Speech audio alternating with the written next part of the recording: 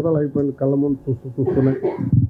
మా కాదంబరి కిరణ్ గారు మనం సైతం ప్రోగ్రాం స్టార్ట్ చేసి ఎల్లవెల్లలా మా కాదంబరి కిరణ్ గారు వెనక ముందు ఉండి అన్ని వేళలా అందరికి సహాయ సహకారం అందిస్తామని మనస్ఫూర్తిగా కోరుకుంటూ ఇది దిగ్విజయంగా సాగాలని ఆశిస్తున్నాను. మిత్రుడు కాదంబరి కిరణ్, ఫ్రెండ్స్, చాలా ఏళ్ళుగా కిరణ్ నాకు పరిచయం. ఆయన ఈ కార్యక్రమం ప్రారంభించిన 1-2 సంవత్సరాల నుంచి చాలా రెగ్యులర్గా నాతో మాట్లాడుతూ ఉంటాడు. ఆయన చేస్తున్న కార్యక్రమాలు చెప్తూ ఉంటాడు.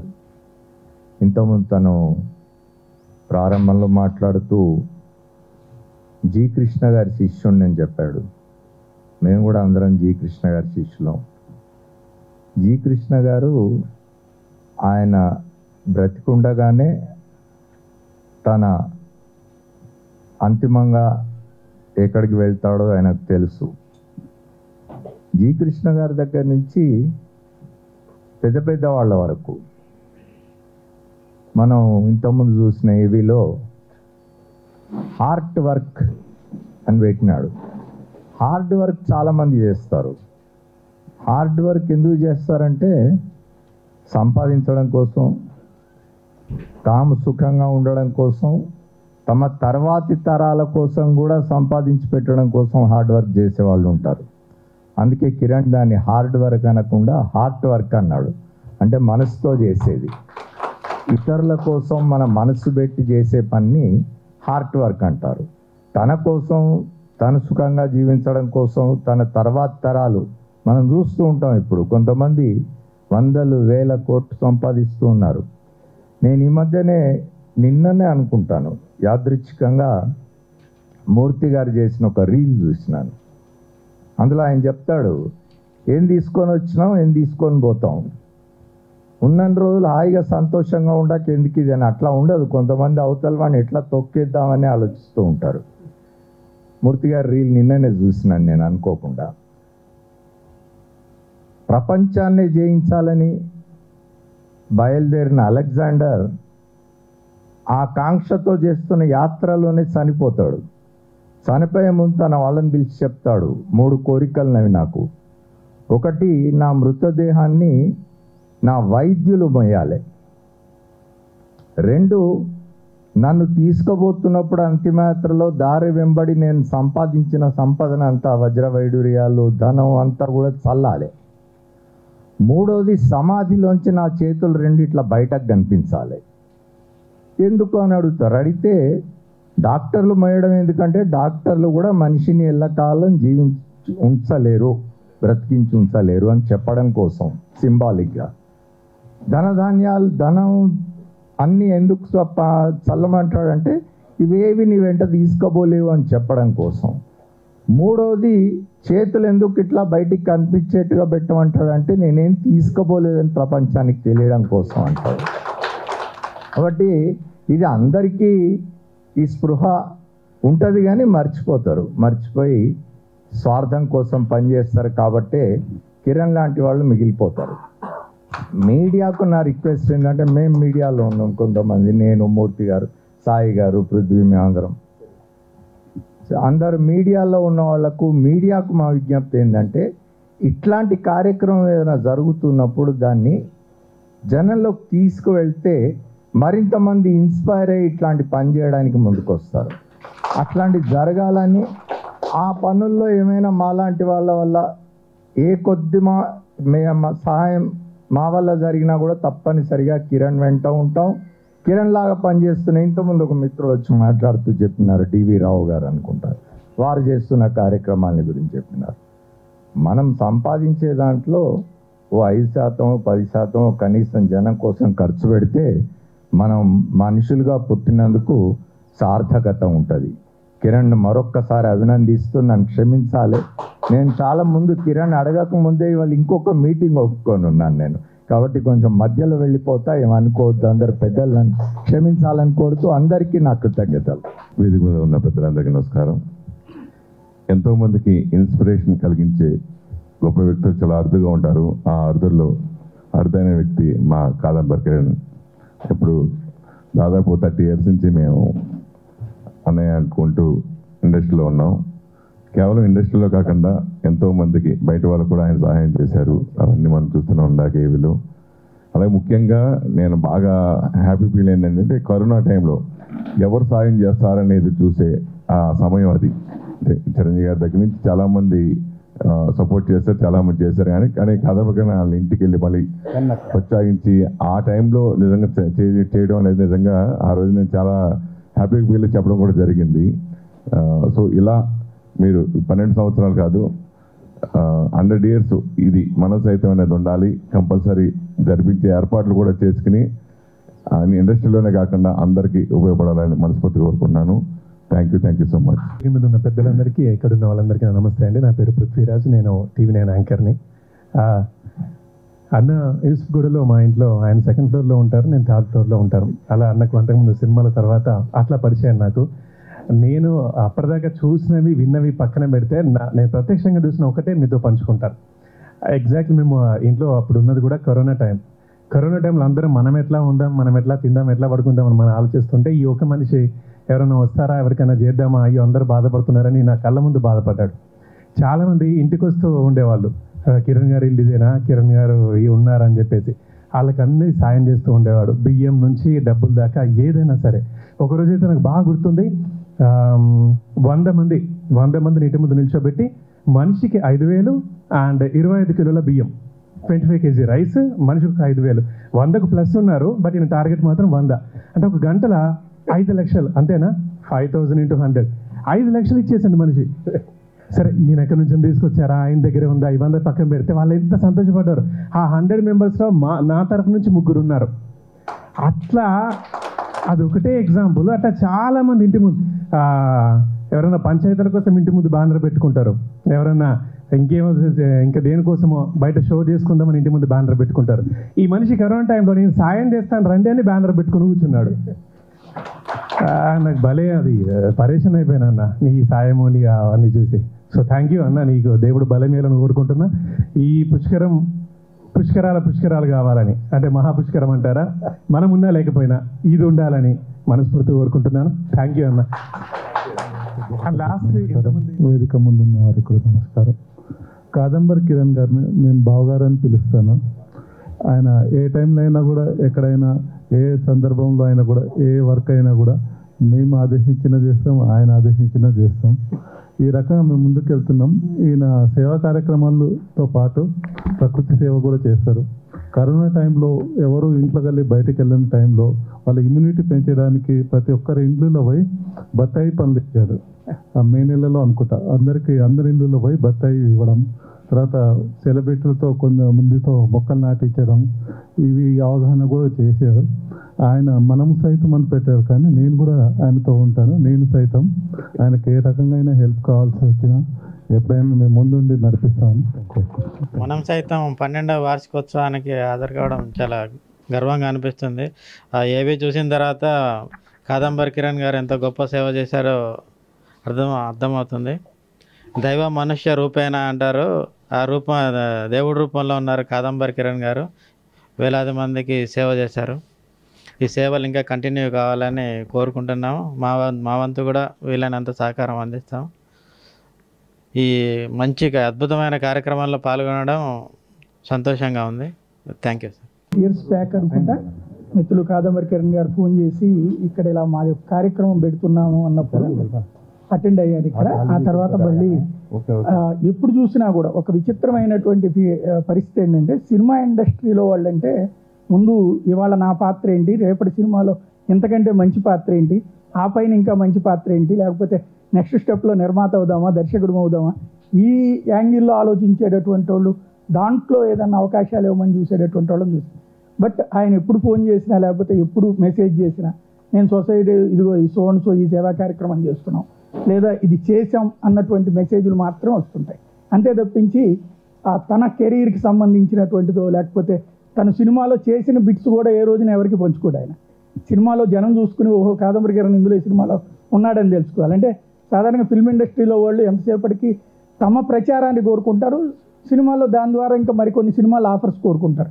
అలా కాకుండా సొసైటీకి ఏదన్నా చేయడం ద్వారా 10 మంది చేత మెప్పు పొందాలని కాదు, 10 మందికి మంచి జరగాలని కోరుకునేటటువంటి కాదంబరి కిరణ్ మరికొంతకాలం పాటు ఇంతకంటే అద్భుతంగా పనిచేయాలని కోరుకుంటున్నాను. Thank you. అందరూ కూడా మన పేరు హోదా కాదంబరి కిరణ్, టీ5 మూర్తి, దేవులపల్లి అమరు, చదలవాడి శ్రీనివాసరావు ఈ పేర్లు కాకుండా నిర్మాతలు, నటులు, జర్నలిస్టులు ఈ కాకుండా ఈ మనం కాదు. Who are you, who am I? డబ్బు నేను కాదు, ఈ పేరు నేను కాదు, ఈ హోదా నేను కాదు, ఈ ఆస్తులు నేను కాదు, ఈ పొసెషన్స్ నావి కాదు. నేను ఎవరిని? నా బాడీ నాది కాదు. నేను ఎవరిని? ఎలా వచ్చాను, ఎలా పోతా? సో మనందరినీ కలిపింది కులాలకి, ప్రాంతాలకి, వర్గాలకి, రాష్ట్రాలకి, దేశాలకి, జాతులకి అన్నిటికీ అతీతంగా మనందరినీ కలిపింది మనిషి అనే ఒక వర్డ్. 800 కోట్ల మంది మనుషులు ఉన్నాం. మొత్తం విశ్వంలో చూస్తే పాములు, జెర్రులు, తేళ్ళు, కీటకాలు, పులులు, సింహాలు, నక్కలు, కుక్కలు, గొర్రెలు 74 లక్షల జీవరాశులు మనం ఒక్కటి. అందులో 800 కోట్ల మంది ఉన్నాం. మనందరం ఒకటి చేసింది మనిషి అనే ఒక పదం కాబట్టి కాదంబరి కిరణ్ నేను సైతం అని అనలే. నేను సైతం ప్రపంచాగ్నికి సమితిని ఒక్కటి ఆహుతి ఇచ్చాను. శ్రీశ్రీది జి కృష్ణ గారి శిష్యుడు కాబట్టి శ్రీశ్రీ వర్డ్ కూడా మార్చాడు. నేను సైతం అనలే, మనం సైతం అన్నాడు. అంటే మనందరూ ఒకటి. నేను అంటే సెల్ఫిష్. సో మనం సైతం సాటి మనిషికి సాయపడడం కోసం మనం వచ్చాం, మనం పోతాం. ఎందుకంటే మనిషికి ఉన్నది మానవత్వం, మనందరినీ కలిపింది అది ఒక్కటే. ఇప్పుడు పులులు ఉన్నాయి, క్రూర మృగాలు చంపు తింటాయి. పాములు ఉన్నాయి, వాటి పిల్లల్ని అయ్యే చంపు తింటాయి. మనిషికి ఉంది, ఎంపతి ఉంది. సో ఆ ఎంపతిని చూపించడం కోసం తన జీవితాన్ని అంకితం చేసిన వ్యక్తి కాదంబరి కిరణ్. మీకు చాలామంది చెప్తుంటారు మనుషులు సాయం చేసుకోవట్లేదు, ఒక కాకికి ఏదైనా అయితే 100 కాకులు వస్తాయి, కాకు అని అరుస్తాయి, కాకి గోల అంటారు. కాదంబరి కిరణ్ కాకి. కాదంబరి కిరణ్ ఈ కాకి ఒక్క మనిషికి ఏదైనా ఇస్తే 100 కాకులు అరిచినంత గట్టిగా అరుస్తుంది. అది కరోనాలో కానివ్వండి, పిల్లలు యాక్సిడెంట్ అయినా, చదువు కోసమైనా, వైద్యం కోసమైనా. ఇప్పుడు ఒక బ్యాక్గ్రౌండ్ మ్యూజిక్తో ఒకటి వేసాడు కదా 10 నిమిషాలు. ఇవి అది చూడగానే అందరికీ అవును మన మనిషే కదా, ఏదో కొంచెం గుండె తడి.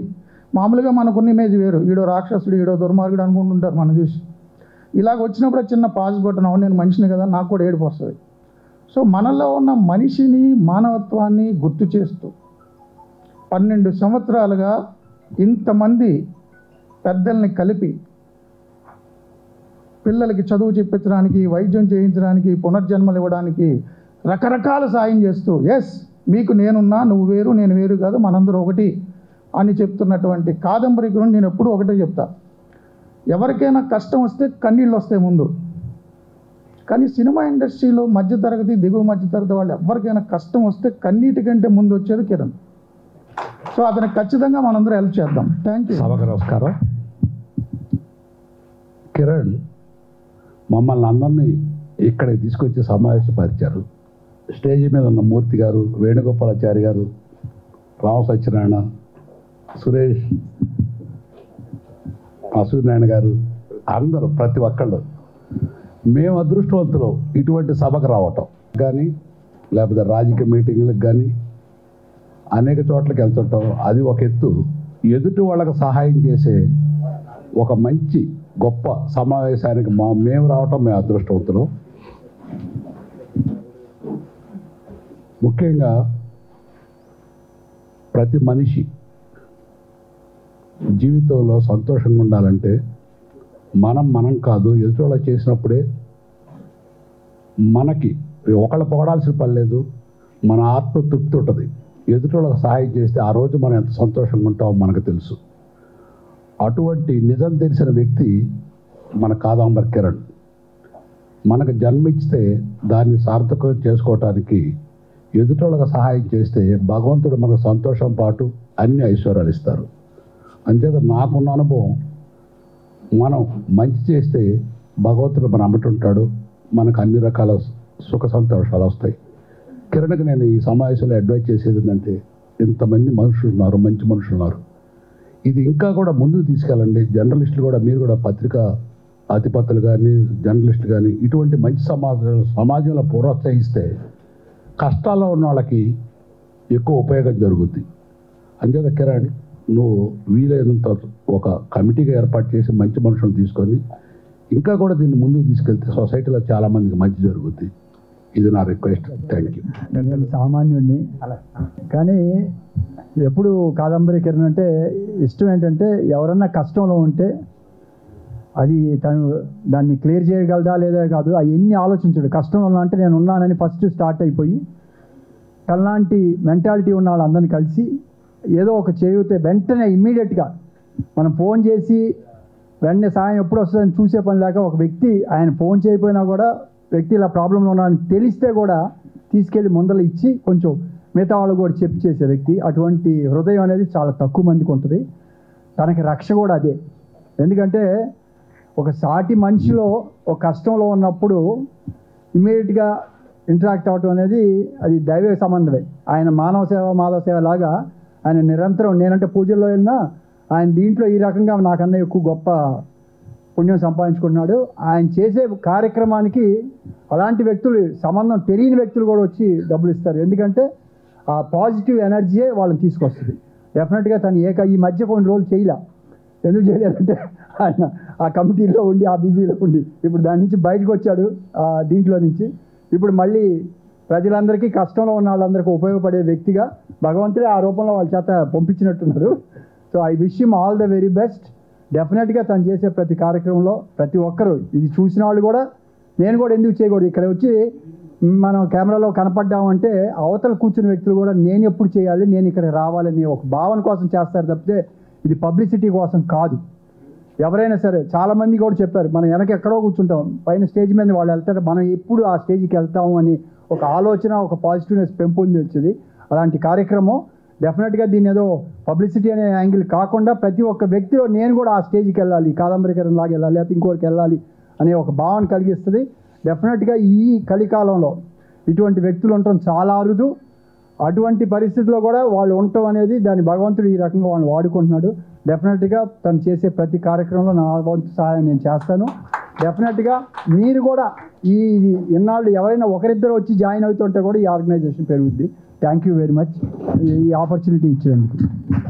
థ్యాంక్ యూ అన్న. Thank you very much. నిర్వహిస్తున్న కిరణ్ గారికి ప్రత్యేకమైనటువంటి శుభాకాంక్షలు తెలియజేస్తూ, నిజంగా ఇప్పుడు కాదు, ఈవెన్ కరోనా సమయంలో కూడా కిరణ్ ఈ కిట్స్ పంపకాలు ప్రోగ్రాం పెట్టాడు మెహదీపట్నంలో.